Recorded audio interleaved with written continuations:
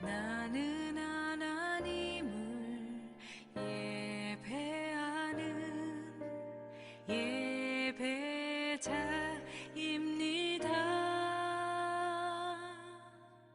내가 서 있는 곳 어디서나 하나님을 예배합니다.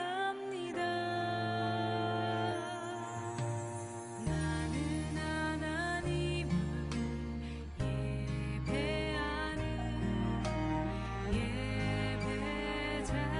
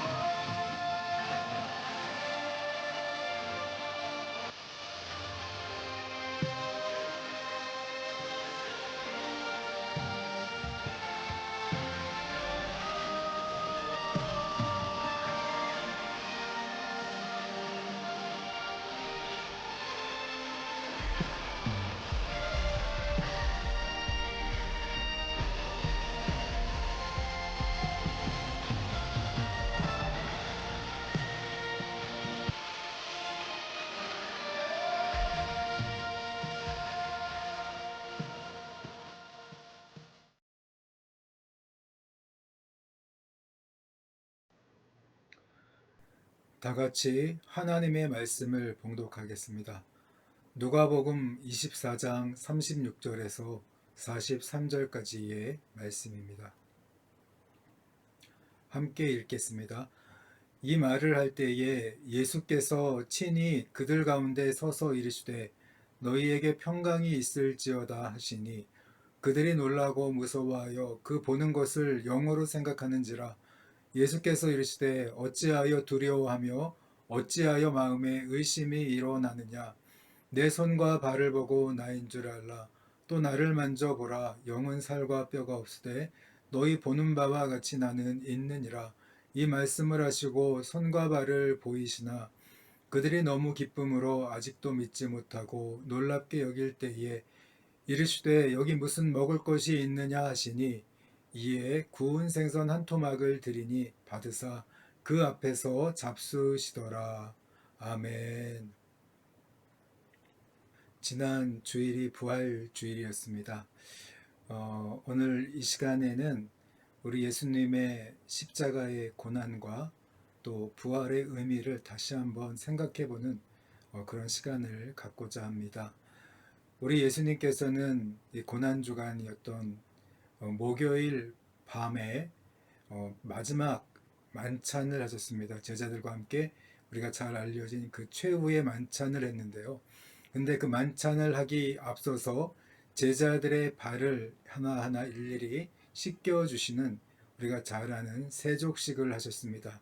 이 세족식을 통해서 우리 예수님은 새로운 계명을 주셨는데요. 그 계명은 바로 내가 너희를 사랑한 것 같이 너희도 사랑하라는, 서로 사랑하라는 그런 말씀이셨습니다. 우리 예수님은 이 세족식을 통해서 섬기는 그 삶에 대해서 섬김의 의미를 가르쳐 주셨고 또 뿐만 아니라 발을 닦아 주시는 그런 그 장면들을 통해서 우리가 이 죄의 회개, 거듭남의 회개는 한 번으로 족하지만 또 날마다 우리들이 지은 죄들을 하나님 앞에 회개해야 한다는 것을 또한 가르쳐 주고 있습니다. 우리 예수님께서는 이 마지막 만찬을 마친 후에 밤 11시가 되어서 이 겟세마네, 우리가 잘 아는 겟세마네 동산이란 곳에 가셔서 마지막 그 기도를 하셨습니다. 땀방울이 떨어져 핏방울이 되기까지 우리 예수님은 2시간여 정도를 간절하게 하나님 앞에 기도했는데요. 이 고난의 잔, 십자가의 잔을 피할 수 있으면 피하게 해달라는 그런 간절한 기도도 하셨지만, 그러나 또 자신의 원대로 마옵시고 아버지의 원대로 하옵소서 하면서 아버지께 그 모든 것을 맡기며 그 십자가의 길을 우리 예수님께서 가시게 됩니다. 이렇게 기도를 하다가 우리 예수님은 체포되셔서 새벽 1시에 이 안나스죠. 당시에 대제사장이었던 가야바의 그런 장인어른이었던 전 대제사장 안나스의 집으로 끌려가서 우리 예수님은 그때부터 재판을 받기 시작합니다. 예수님께서 받은 신문과 재판은 그 밤사이 동안 모두 총 6번의 재판을 받게 되는데요. 그 재판을 하나하나 이렇게 정리를 하다 보면 새벽 1시에 이 안나스에게 끌려가서 신문과 재판을 받고, 그리고 그 후에는 당시의 대제사장이었던 가야바에게 끌려가서 새벽 2시에 또 신문과 재판을 받게 됩니다. 그 후에는 산헤드린 공회로 가셔서 새벽 3시에 우리 예수님께서는 재판을 받으시고 신문을 받으신 후에 사형죄의 이 판결을 받게 됩니다. 하지만 유대인들은 당시 로마의 식민 치하에 있었기 때문에 자신들이 마음대로 사형을 집행할 수가 없었습니다. 그래서 총독이었던 이 빌라도를 오전 5시에 찾아가게 됩니다. 예수님을 데리고 가서 사형시켜달라고 요구하지만 그 빌라도는 예수님을 보고 사형죄가 죄가 안 된다는 것을 알고 그냥 다시 헤롯에게 분봉왕이었던 헤롯에게 돌려보내게 됩니다. 헤롯은 또 예수님을 신문하면서 그런 자신의 책임을 회피하기 위해서 다시 빌라도에게 돌려보내게 됩니다. 빌라도는 예수님을 신문한 후에, 다시 신문한 후에 6월절이기 때문에 죄수 하나를 풀어주는 그런 전례에 따라서 예수님을 그 매질을 하고 풀어주려고 했지만, 그런데 오늘 백성들의 선동으로 예수님 대신에 바라바를 풀어주게 되고 결국 우리 예수님은 사형 집행을 6시 30분경에 받게 됩니다. 사형 집행을 받고 우리 예수님은 드디어 이제 십자가를 지고 이 골고다 언덕을, 그 험난한 언덕길을 800m 정도의 그런 길을 우리 예수님께서 걸어가시게 되죠. 그 밤사이에 6번의 재판을 당하시고 온갖 순환과 매질과 조롱과 모욕을 다 받으신 후에 잠도 못 주무신 채로 모든 체력이 고갈된 그런 상태에서 십자가를 지시고 이 800m의 거리를 걸어가게 되신 것입니다. 그리고 아침 9시가 되셔서 우리 예수님은 십자가에 드디어 못 박혀서 매달리게 되셨고, 그리고 십자가에 매달려서 3시간 정도 지났을 때에 정오죠. 12시가 되었을 때 하늘이 까맣게 어둡게 먹구름이 끼고 변하게 됩니다. 그리고 그 후에 오후 3시가 되었을 때 우리 예수님은 결국 운명을 하게 되셨고, 또 로마의 군인들은 창으로 우리 예수님의 이 옆구리를 찔러서 죽임을 확인하면서 물과 피가 쏟아지는 것을 보고 죽음을 확인하게 됩니다. 그 후에 우리 예수님은 이런 돌무덤에 들어가게 되었고, 또 이 돌무덤은 로마의 군인들이 서서 무덤을 지키게 했습니다. 왜냐하면 당시에는 우리 예수님께서 죽으신 후에 다시 3일 후에 부활하신다는 그런 소문들이 있었고, 우리 예수님께서 미리 말씀하셨기 때문에 당시에 많은 그 사람들이 그 소문을 알고 있었습니다.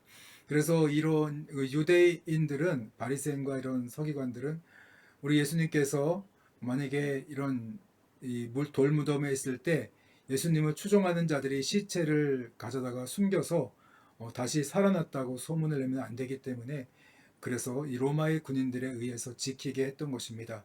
이렇게 금요일이 지나가고 또 토요일 안식일이 지나갔습니다.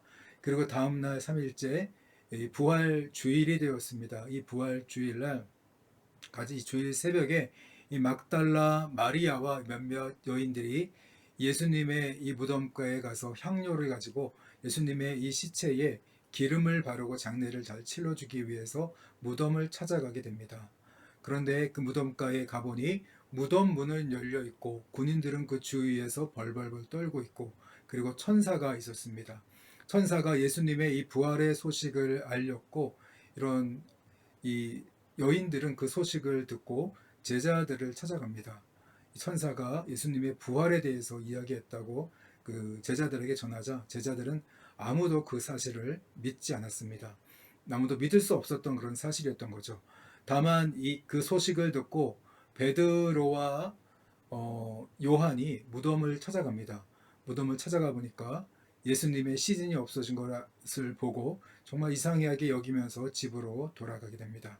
그리고 그때 돌아가는 길에 예수님께서 이 막달라 마리아에게 처음으로 그 부활의 몸을 보여주시고 처음으로 이 막달라 마리아에게 나타납니다.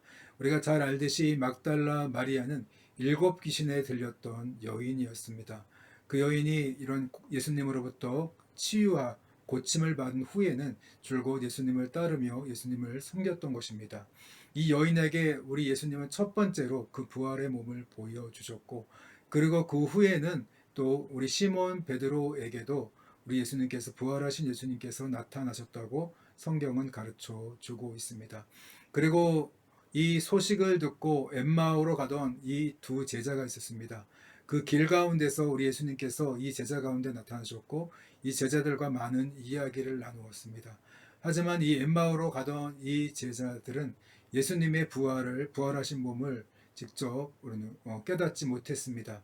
그러다가 마을로 들어가서 함께 식사를 할 때에 예수님께서, 부활하신 그 예수님이란 것을 그들이 알게 되는 순간 예수님은 갑자기 사라지셨다고 성경은 증거하고 있습니다.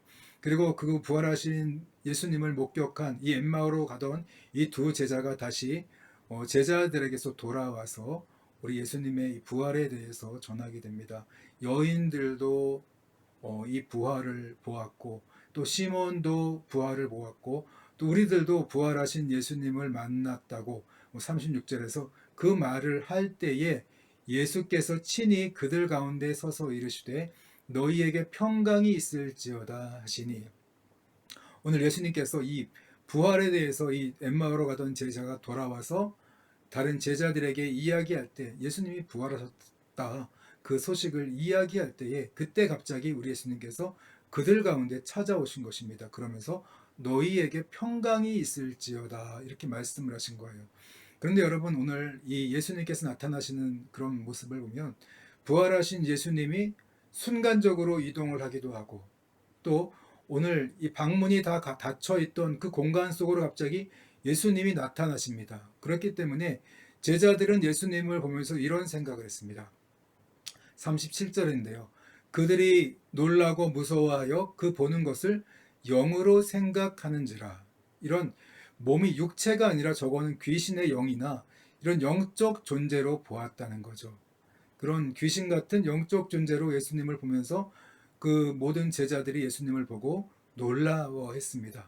두려워했다는 거죠. 놀라고 두려워했다고 성경은 가르쳐 주고 있습니다. 그런데 오늘 우리 예수님은 38절에서 이렇게 말합니다. 예수께서 이르시되 어찌하여 두려워하며 어찌하여 마음에 의심이 일어났냐. 왜 나를 영적 존재로 보고 왜 두려워하고 왜 의심하고 있느냐. 마치 너희들은 왜 나를 귀신 쳐다보듯이 보고 있느냐. 이렇게 말씀하신 거죠. 그러시면서 39절에서 이렇게 말씀하십니다.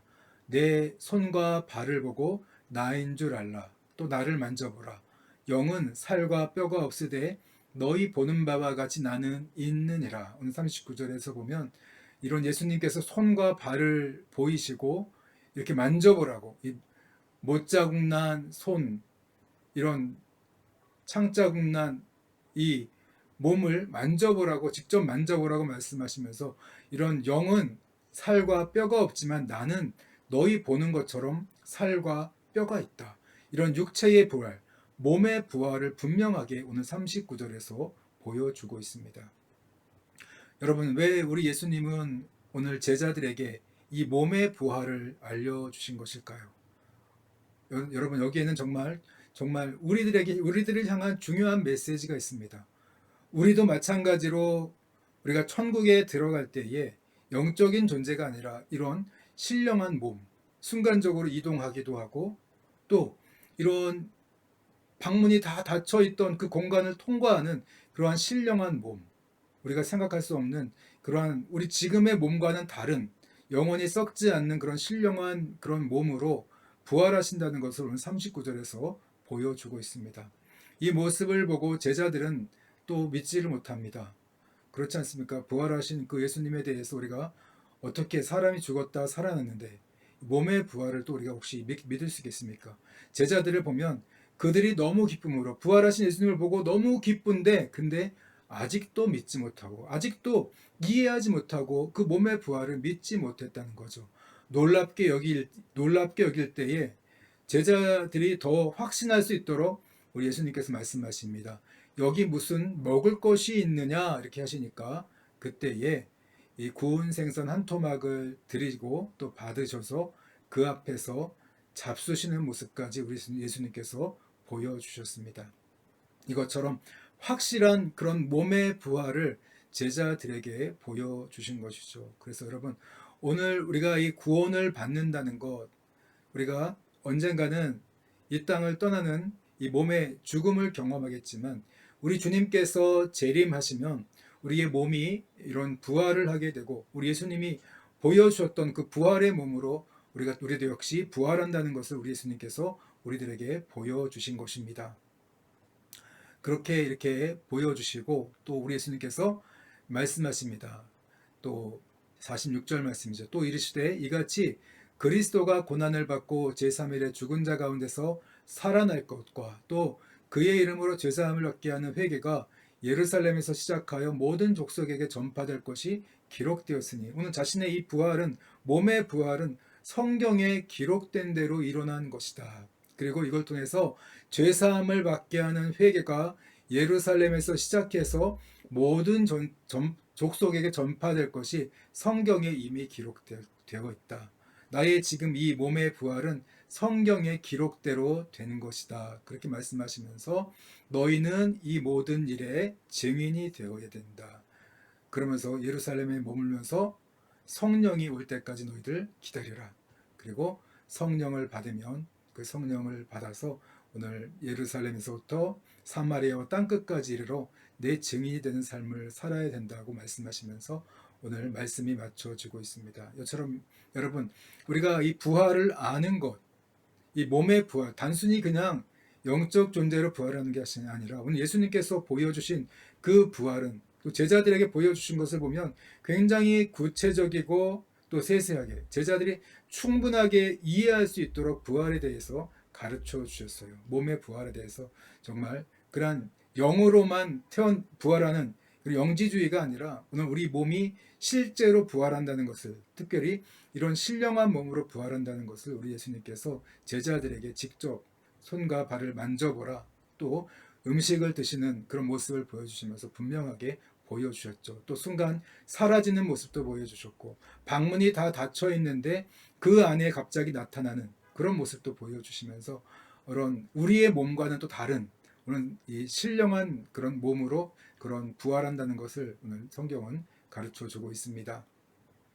그런데 여러분, 항상 이 중요한 일이 있을 때 꼭 빠지는 인물이 있어요. 그 중요한 예수님께서 부활하셔서 제자들에게 자신의 이런 이 부활의 몸을 이 극적으로 소개할 때에 빠졌던 인물이 있습니다. 그게 누구냐면 바로 도마입니다. 도마는 모든 제자들이 이제 예수님의 부활을 보고 몸의 부활을 알고 믿게 되었을 때 그 소식을 제자들이 아무리 전했지만 도마는 절대 나는 믿을 수 없다. 내가 직접 예수님의 이런 손에 난 못자국과 창자국을 내가 직접 보고 듣고 만지기 전엔 내가 믿을 수 없다. 그렇게 이런 도마는 끝까지 의심을 했습니다. 그런 그때에 오늘 예수님께서 다시 한번 도마 앞에, 제자들 앞에 나타나십니다. 그리고 도마에게 와서 믿음이 이 나의 이런 못자국과 창자국을 만져보고 믿음이 없는 자가 되지 말고 믿음이 있는 자가 되라면서 만지게 허락하셨습니다. 도마는 예수님의 이런 못자국과 창자국을 만진 후에는 주님은 바로 하나님이시라고 고백을 했습니다. 저는 그때부터 완전히 확실하게 믿게 된 거죠. 여러분, 오늘 이처럼 이 부활의 몸, 오늘 우리의 부활은요, 단순한 그냥 부활이 아니라 우리 신령한 몸으로 부활한다고 가르쳐주고 있습니다. 자, 보세요. 이 고린도전서 15장 44절을 보면 사도 바울은 우리 몸의 부활을 신령한 몸으로 부활한다고 가르쳐주고 있습니다. 오늘 예수님의 이런 몸의 부활을 보면 오늘 우리들의 이 몸의 육체와는 완전히 다릅니다. 우리들의 육체는 순간 이동을 할 수 없습니다. 또 공간을 통과할 수 없어요. 그런데 오늘 예수님이 보여준 그 신령한 몸은 오늘 순간으로 이동도 하고 또 공간이 다 갇혀 있는데도 불구하고 그 안을 들어옵니다. 이런 영적인 존재가 아님에도 불구하고 공간을 초월해서 들어오는 그러한 신령한 몸이라는 것을 가르쳐 주고 있죠. 여러분, 그래서 오늘 우리는 부활을 소망하는 자들입니다. 이 땅에서의 삶이 끝이 아니라 천국에서 우리가 영원한 그런 신령한 몸으로 부활해서 천국에서 영생을 꿈꾸고 소망하는 자들입니다. 그렇기 때문에 우리가 오늘 신앙생활을 하면서 부활은 우리의 핵심입니다.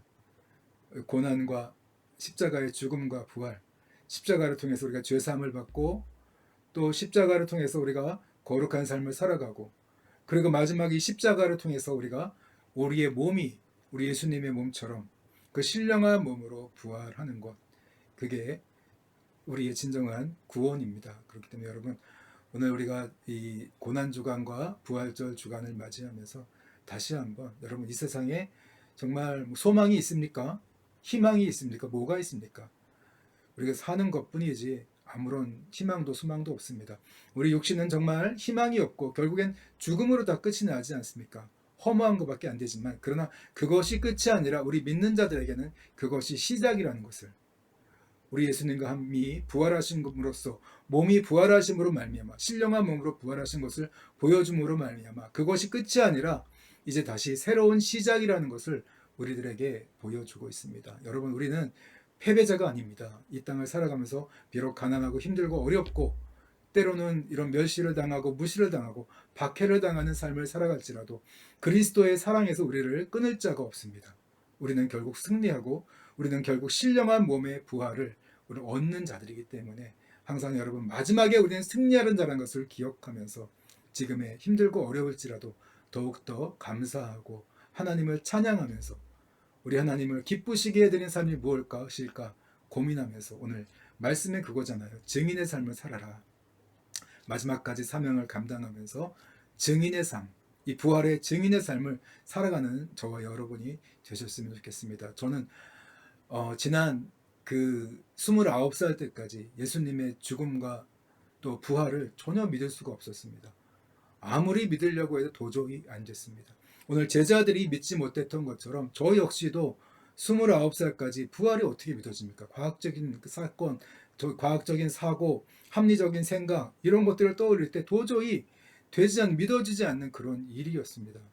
믿을 수가 없어서 끝까지 믿지 못했지만 그러나 하나님께서 저를 기다려 주셨고 또 저를 인내해 주셨고 불쌍히 여기셔서 성령을 보내주셔서 오늘 제자들에게 성령을 보내주신 것처럼 저에게도 성령을 보내주셔서 제가 부활의 주님을 알게 됐고 믿게 됐고 이제는 믿지 않을 수 없는 그런 상태가 되었습니다. 그래서 여러분 오늘 우리가 성령을 통해서 더욱더 예수님의 이 부활의 증인의 삶을 살아가면서 이 소망 없는 세상에 참된 소망, 부활의 소망을 전하며 살아가는 저와 여러분들이 되셨으면 좋겠습니다. 신령한 몸의 부활을 증거하면서 밝은 내일, 밝은 소망, 밝은 위로와 밝은 행복을, 미래를 우리가 증거하며 우리가 소망하며 살아가는 저와 여러분들이 되시기를 주님의 이름으로 축복합니다. 우리 오늘 말씀을 생각하시면서 기도하시고 오늘 예배를 마치겠습니다. 함께 기도하시겠습니다.